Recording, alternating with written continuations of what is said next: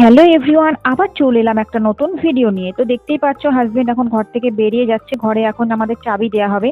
আর এই পাশে দেখো একদম পাশাপাশি রয়েছে আমাদের ফ্ল্যাটগুলো। তো চলো সঙ্গে থাকো, পুরো ভিডিওটা দেখতে থাকো।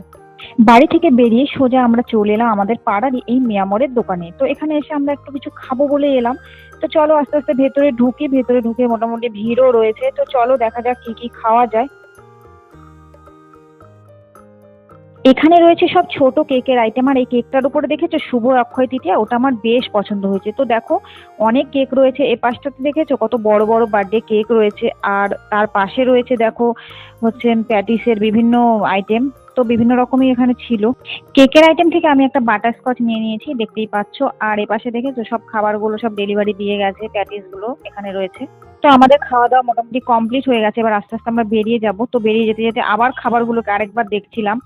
তো যাই হোক চলো বেরিয়ে যাওয়া যাক। মিয়ামর থেকে বেরিয়ে সোজা চলে এলাম ফুলের দোকানে। আর এখান থেকে নিয়ে নেব কিছু ফুল। তো আমাদের ফুলটাই প্যাকেট করা হচ্ছে এখানে। আর এখানে ফুল, জুঁই ফুলের মালা, বেল ফুলের মালা, রজনীগন্ধা, বিভিন্ন রকম ফুল মালা রয়েছে। ফুল নেওয়া তো কমপ্লিট হয়ে গেছে। এবার এখানে অনেক তরমুজ দেখতে পেলাম, দেখেই চলে এলাম তরমুজের দোকানে। এখানে লোকজন কেনাকাটা করছিল। তো আমরাও মনে করলাম যে আমরাও একটা নিয়ে নিই। তো এখানে দেখি এখন কেমন হয়। তো যাই হোক কেটেই নেবো, কারণ অনেক সময় তরমুজ থেকে আবার অনেকটা সাদা সাদাও হয়। তো যার জন্য কেটেই নেবো। আমাদের তরমুজটা এখানে কাটাও হয়ে গেছে, আমাদের দেখাচ্ছে, দেখতেই পাচ্ছ। তো খুব বেশি লালও না, খুব বেশি সাদা না, ঠিকঠাক মোটামুটি এটাই নিয়ে নিলাম। তরমুজ নেওয়া কমপ্লিট করে চলে এলাম ফুচকার দোকান। আর এখান থেকে আমরা এখন দুজনে মিলে কিছু ফুচকাও খেয়ে নিলাম। ফুচকা খাওয়া কমপ্লিট করে চলে এলাম আমাদের পাড়াতে জেরক্স দোকানে। এখানে আমার হাজবেন্ডের প্রচুর জেরক্স থাকে।